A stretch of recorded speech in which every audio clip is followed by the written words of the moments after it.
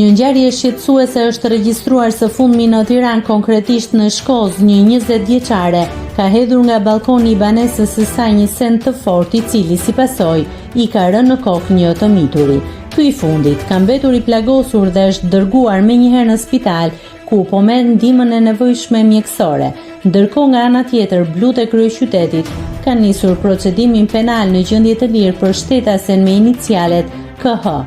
Specialistët për hetimin e krimeve të Komisariatit të Policisë numër 1 referuan materialet në prokurori, ku nisi procedimi në gjendje të lirë për shtetasen KH 20 vjeçe, pasi në Shkozë dyshohet se aksidentalisht ka hedhur nga balkoni i banesës një send të fortë dhe për pasojë është dëmtuar një i mitur 9 vjeç, i cili mori ndihmë mjekësore në spital, thuhet në njoftimin e policisë. Ndërkohë theksojmë se hedhja e sendeve nga balkonet e apartamenteve shpeshherë është kthyer shqetësuese dhe problematike për qytetarët.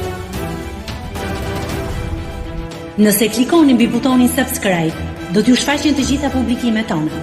Ju ftoj t'i bëni subscribe kanalit, të pëlqeni videot dhe të lini komentin tuaj.